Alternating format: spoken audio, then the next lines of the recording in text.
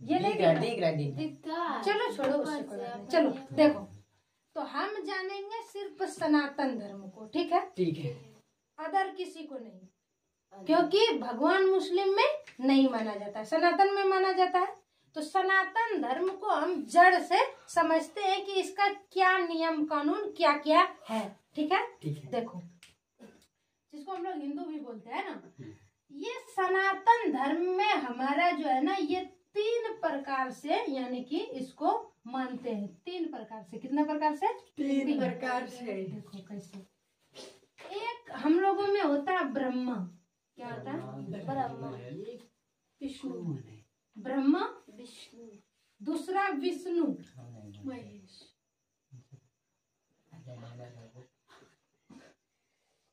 विष्णु, और तीसरा महेश। महेश, ठीक ठीक है?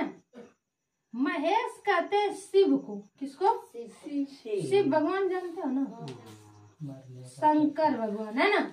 विष्णु नारायण भगवान, नारायण जानते हो ना? ना जानते इसके नारायण, नारायण बोलते हैं तो समझाते हैं पर नहीं। नारायण विष्णु भगवान, ठीक है? हम समझाते हैं डिटेल में। और ये है ब्रह्मा, है ना? ये कौन? ये है ब्रह्मा को ब्रह्मा भगवान ही कहते हैं। देखो हम बताते हैं इसका क्या है। सबसे पहले ब्रह्मा को जानते हैं, इसका कर्तव्य भी लिख देते हैं, ठीक है? ब्रह्मा का है यानी कि रचना करना। क्या है? रचना। और विष्णु का कर्तव्य है पालन करना, रचना को पालन करना। और महेश का प्रलय, विनाश, ठीक है? अब सुनो हमारी बात को। हम क्या बोल रहे हैं कि सनातन धर्म को 3 तरह से, यानी कि ये जो पूरा सृष्टि है ना, इस सृष्टि को चलाने के लिए मुख्य भगवान का भी जो है ना 3 रूप कर दिया। 3 रूप कर दिया भगवान का भी, 3 रूप। ये विष्णु भगवान है ना, ये इससे भी पहले हमारा क्या था? ईश्वर था। इन तीनों को कहते हैं, उसको कहते हैं हम लोग नारायण ही कहते हैं। क्या कहते हैं? नारायण। तो विष्णु भगवान को ही नारायण कुछ कहते हैं कि नहीं? ये जो शिव है ना, शंकर भगवान है, इन्होंने इन तीनों का रचना किया है। और कुछ लोग जैसे शिव पुराण पढ़ोगे तो शिव पुराण में लिखा हुआ है कि पहले भगवान शंकर ही थे, शिव शक्ति, है ना? शिव शक्ति है ना, शिव शक्ति शंकर भगवान ही थे। शंकर भगवान ने यानी शिव ने, है ना, शिव जो है महेश ने, शिव भगवान ने ही क्या किया कि अपने से शक्ति को बनाया, है ना? और फिर शक्ति को बना करके शिव भगवान ने ही 3 भागों में, एक तो अपने आप को रख लिया, और एक विष्णु भगवान और एक ब्रह्मा बना दिए, है ना? और ये शिव पुराण पढ़ोगे तो शिव पुराण के अनुसार, जब विष्णु पुराण पढ़ोगे ना तो विष्णु पुराण में कहते हैं कि नहीं, पहले क्या थे? भगवान नारायण, है ना, नारायण भगवान, विष्णु भगवान जो कि वहाँ इसमें वैकुंठ लोक में रहते हैं, है ना, वो थे नारायण भगवान। और नारायण भगवान ने क्या किया कि पहले अपने आप को विष्णु रूप में लाया, ठीक है? और विष्णु रूप में ला करके फिर उन्होंने ब्रह्मा जी का सृजन किया और शंकर भगवान का भी सृजन कर दिया। जब अपने आप को सब बड़े मानते हैं तो पढ़ना किसको चाहिए? मतलब बड़े किसको मानना चाहिए? हाँ। अभी पूरी तरह से पढ़ तो लो अभी पढ़ तो लो बड़ा, हम बता देंगे भैया, हम बता देंगे कि किसको मानना है और किसको नहीं मानना है ना? पहले जान तो लो सबके बारे में, है क्या? तो हम बता रहे हैं कि एक भगवान ईश्वर है। हिंदू धर्म कहते हैं कि एक ईश्वर है, ठीक है? उस ईश्वर ने 3 ईश्वर को बनाया, है ना? नारायण है, नारायण ने अपने आप को विष्णु रूप में प्रकट कर लिया, और विष्णु रूप से फिर एक ब्रह्मा को प्रकट कर लिया और एक शिव को प्रकट कर लिया, यानी काम के हिसाब से 3 भाग में अपने आप को बांट लिया, तीनों को जिम्मेदारी दे दिया, है ना?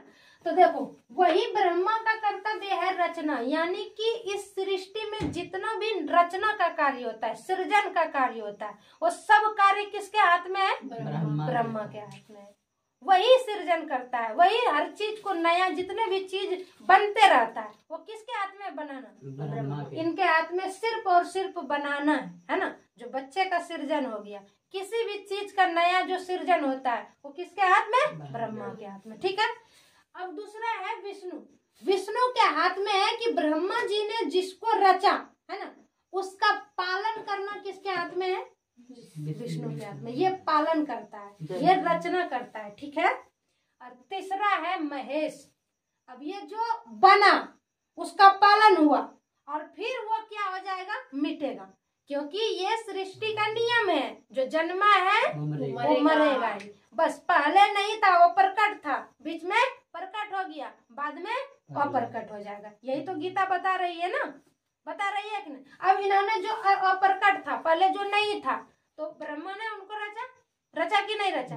अब रचने के बाद कुछ दिन तक तो रहेगा ना इस धरती पे, जैसे अभी हम लोग है, तो उसका पालन कौन करेगा? विष्णु। ठीक है ना। और फिर जब उसका जो प्रलय होगा, खत्म होगा, उसका विनाश कौन करेगा? फिर शंकर। तो संयोग करने वाला, ये देखभाल करने वाला, और ये फिर उस संयोग का वियोग करने वाला। ठीक है, समझ में आया? तीन भागों में बांट दिया। अब ये तीनों के ऊपर अलग अलग कहानियां हैं। ठीक है, ये जो तीनों भगवान है ना, तीनों के ऊपर अलग अलग कहानियां हैं। अगर सनातन धर्म को जानना है तो आपको इन तीनों के ऊपर जो अलग अलग कहानियां हैं, ये जितनी भी हम लोगों के धर्म में किताबें हैं, उनमें से हम कुछ का नाम लेते। जैसे कि सनातन धर्म में हमारे पास 4 वेद है ना? क्या है? 4 वेद। और क्या है? 18 पुराण। ठीक है, 18 पुराण। ये 18 पुराण को पढ़ोगे ना, तो इन्हीं पुराणों में से, जैसे विष्णु पुराण है, शिव पुराण है, ब्रह्मा पुराण है, इस तरह से और सारे पुराण है, सारे चीजों को जान जाओगे ये 18 पुराण पढ़ोगे तो। फिर हमारे पास ये भागवत गीता है ना, हमारे पास उपनिषद है, हमारे पास ब्रह्मसूत्र है, इस तरह से हमारे पास बहुत सारी किताबें, रामायण है हमारे पास, है ना। तो ये सब हमारे सनातन धर्म को बताने के लिए ये सारे किताब है। सनातन धर्म का जो नियम कानून है उसको बताने के लिए वो सारे के सारे क्या है? किताबें है। जो हमारा ये एक महाभारत भी ग्रंथ है, महाभारत भी है ना, वो भी है, रामायण भी है। तो ये जो भागवत गीता है ना, ये तो ऐसे महाभारत का ही पाठ है, लेकिन ये भागवत गीता में हम अपने जीवन को कैसे चलाएं इसके बारे में बताया गया है। और वो भी किसने बताया है? हमारे कृष्ण भगवान ने बताया। अब हम लोग जानेंगे कि ये राम भगवान कौन है, कृष्ण भगवान कौन है ना, और परशुराम कौन है। इस तरह से बहुत सारे है ना देवता हमारे पास, वो जानेंगे कौन है। ठीक है, तो अभी तक ये 3 हम लोगों ने सीखा है। ये है भगवान, ये क्या है? भगवान है ना, ये सब। अब देखो, अब इसमें क्या है कि देखो, इसी में ये तो एक ब्रह्मा हुआ है ना, और ये विष्णु है। शिव पुराण में इसके बारे में पढ़ोगे, इनका भी कई सारे अवतार है ना। अब हम यहाँ पर सिर्फ और सिर्फ विष्णु भगवान के अवतार के बारे में बताते हैं, क्योंकि विष्णु भगवान के ही अवतार में आपका कृष्ण और राम सब आते हैं। ठीक है, तो अभी हम लोगों का टॉपिक विष्णु भगवान कृष्ण का ही चल रहा था, तो इसको लेते हैं, इसको और इसको किसी और दिन लेंगे। ठीक है, देखो कहते हैं कि ये विष्णु भगवान के यहाँ जो विष्णु भगवान है ना, तो ऐसे तो बोलते हैं कि इनका 24 अवतार है। कितना?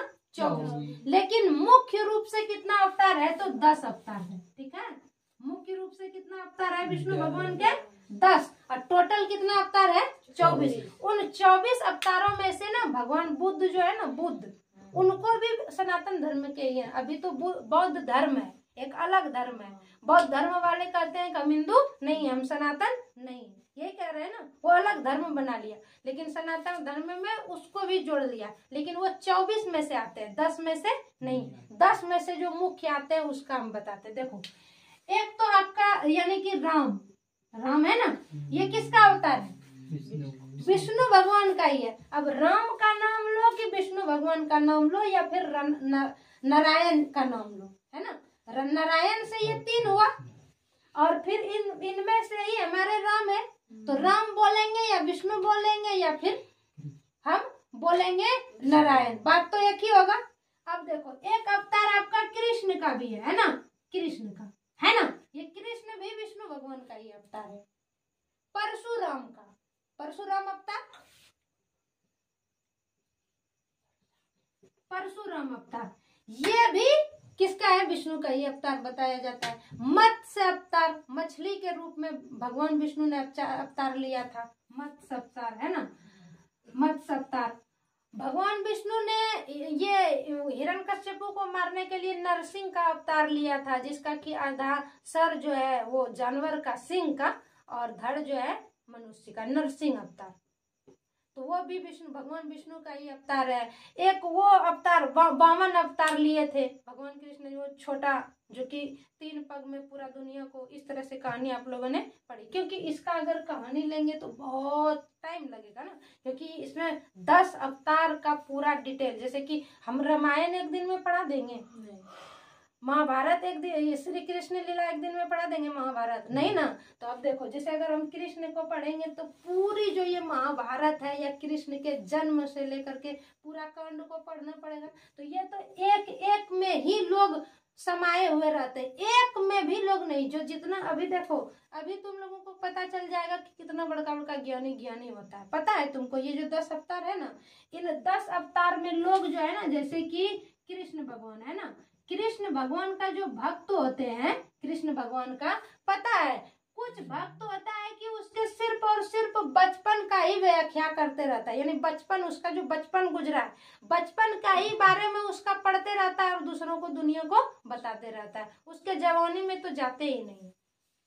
कुछ है कि जवानी, जैसे भगवत गीता का जो बात करते हो है ना, तो वो उसके जवानी का यानी जिक्र कर रहा है ना, जवान के, उसके भगवान कृष्ण जो है, जो जवान थे उस रूप में अपनाए हुए हैं। लेकिन जो लोग बाल कृष्ण का कथा सुनाते हैं आपको, माखन वगैरह का, हाँ, तो वो सब तो उसके बचपन का ही। तो भगवान कृष्ण का इतना बड़ा चरित्र है कि पूरे चरित्र का वर्णन नहीं कर पाता है एक इंसान पूरे। तो अब 10 का करना तो बहुत बड़ी है, लेकिन कोई बात नहीं, धीरे धीरे धीरे धीरे हो जाता है सब कुछ, सारी कथाएं सुन लिया जाता है कि नहीं है। तो हम यहाँ पर मोटा मोटी बताएंगे। तो ये भगवान राम का चरित्र पढ़ना इतना आसान है? बताओ कितना बड़ा भगवान राम का चरित्र में ही बाल कांड है ना, फिर अयोध्या कांड, श्रीलंका कांड, उत्तर कांड, इस तरह से बहुत सारे कांड है कि नहीं है, वनवास में फिर है कि नहीं। तो उसको एक एक पढ़ने में तो बहुत टाइम लग जाएगा, लगता है कि नहीं लगता है। तो मोटा मोटी ये समझो कि विष्णु भगवान का ही ये सब अवतार है, समझ में आ गया। तो अब देखो, वो लड़का बोला कि तब फिर हम सब अपने आप में बड़ा है तो हम किसको पूजे, है ना। अब देखो, तुम इसको पूजो या इसको पूजो या इसको पूजो या इन्हीं के अवतार किसी को पूजो, ठीक है। ये पूजा कौन रहा है? भगवान नारायण नारायण, कौन पूजा रहा है? श्रीमन नारायण नारायण। पूजा तो वही रहा है ना, किसी को पूज लो। अब राम का भक्त बनना है तुम्हें, अगर राम का चरित्र अच्छा लगता है तो राम का भक्त बनो, कृष्ण का चरित्र अच्छा लगता है तो कृष्ण भक्त बनो, तुम्हें और किसी का चरित्र अच्छा लगता है तो और किसी का भक्त बनो। जिसका भक्त बनना है बन जाओ, घूम फिर करके फिर पूजाएगा कौन? भगवान, इस पर ही है ना। तो वही जब अब 7वां अध्याय का गीता पढ़ोगे ना, तो उसमें विभूति के बारे में बताया गया है। तो भगवान कहते हैं कि सब में हमारा ही अंश है, सब में हमारा ही अंश है। तुम्हें इस भौतिक संसार में भी जो कुछ तुम्हें विशेष लगता है, ठीक है, पीपल का पेड़ लगता है, बरगद का पेड़ लगता है, कोई मूर्ति में लगता है, कोई पहाड़ में लगता है, कोई नदी में लगता है, कोई समुन्द्र में लगता है, कोई मिट्टी में लगता है, किसी पेड़ में, किसी पशु में, किसी पक्षी में, किसी मनुष्य में तुम्हें अगर विशेष दिखता हो ना, तो तुम उसी को पूजो। अगर उसको पूजोगे तो उसके थ्रू किसको पूजा जाएगा? पूजोगे तो आखिर में हम ही को ना। जैसे मान लो कि पशु में लोगों को, गाय में हमारी माता ऐसा मानते हैं, गाय में कुछ विशेष गुण लक्षण दिखते हैं ना लोगों को, तो गाय की पूजा लोग करते हैं कि नहीं करते? तो किसकी पूजा हो गई? उसका ही पूजा हुआ कि नहीं हुआ? ये गीता में कहेगी कि तुम किसी को भी पूजो, अंत घड़ी खाली याद रखना है कि हमको पूज रहे हो। किसी भी रास्ता से तुम आओगे मेरे ही पास। समझ में आ रहा है? तो अब देखो, अब कंफ्यूजन रहा कि कौन सा भगवान को पूजा, कौन सा भगवान को नहीं पूजा। तो अब आप लोग सोच रहे होंगे कि फिर लोग ऐसा क्यों कंफ्यूजन में रहते हैं, लोग ऐसा क्यों सोचते हैं। देखो, लोग ऐसा इसलिए सोचते हैं कि लोगों ने कुछ जो जानकारी असली चीजें हैं वो उसको नहीं पता, ठीक है। वो उसको लगता है कि ये राम अलग है, कृष्ण अलग है। ऐसा लड़ते हुए भी आप लोगों ने देखा होगा, है ना, लड़ता है ना कि नहीं हम तो राम भक्त है, हम तो कृष्ण भक्त है, बोलता है कि नहीं हम तो शिव भक्त है। सब एक ही है। तुम पहले पढ़ो, तुम उनके चरित्र को जानो, क्योंकि शिव भी हमें बहुत कुछ सिखाती है। हनुमान है, जैसे अब देखो ये राम है, अब राम का भी भक्त कौन है? हनुमान है कि नहीं है? अब देखो, अब बताओ तुम लोग, राम का भी ज्यादा भक्त है यहाँ पर कि हनुमान का? हनुमान का ज्यादा भक्त है। तब क्या, जितना हनुमान का भक्त है ना उतना राम का भक्त नहीं। जितना हनुमान का मंदिर है ना उतना राम का मंदिर तुमको देखने के लिए नहीं मिलेगा। ये सही है कि गलत? सही है। जबकि हनुमान कौन है? राम का भक्त। और राम कौन है? विष्णु का अवतार। कोई कहते हैं विष्णु भक्त है, कोई कहते हैं हनुमान भक्त है, कोई कहते हैं कि हम राम भक्त है और आपस में लड़ रहे हैं अज्ञानता के कारण या ज्ञानता के कारण। भाई ये सब एक ही है। तुम हनुमान को भी पूजोगे तो राम पूजा जाएगा, राम पूजा जाएगा तो विष्णु पूजा जाएगा, विष्णु पूजा जाएगा तो नारायण पूजा गया, यानी ईश्वर जो है वो पूजा गया कि नहीं? तो अब हम इन सब के अलग अलग से चरित्र को पढ़ते हैं जीवन में।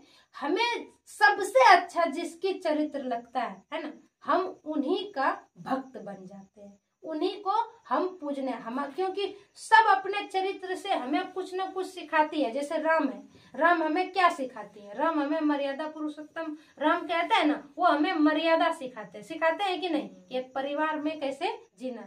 जिसको उनके मर्यादा, उनका चरित्र जिनको अच्छा लगेगा वो उसी रास्ते पे चलने का कोशिश करेगा। यही तो उस भक्त होना है ना। भक्त होने का मतलब क्या है? कि उनके चरित्र से सीखो और उस चरित्र पे चलने का प्रयास करो, है कि नहीं है? यही होता है ना भक्त होने का मतलब। भक्त होने का मतलब तुम लोग समझते हो कि नहीं बस ऐसे ऐसे छिट्टा मारना है और अगरबत्ती जलाना है, इसको भक्त है ना? ये भक्त नहीं है।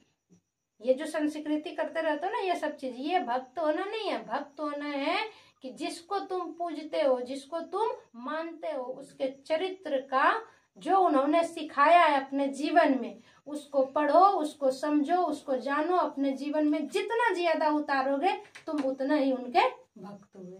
समझ में आया? तब किसी को भी पूछ सकते हैं। और कोई इस टॉपिक पे जानकारी नहीं? हो गया क्लियर? चलो।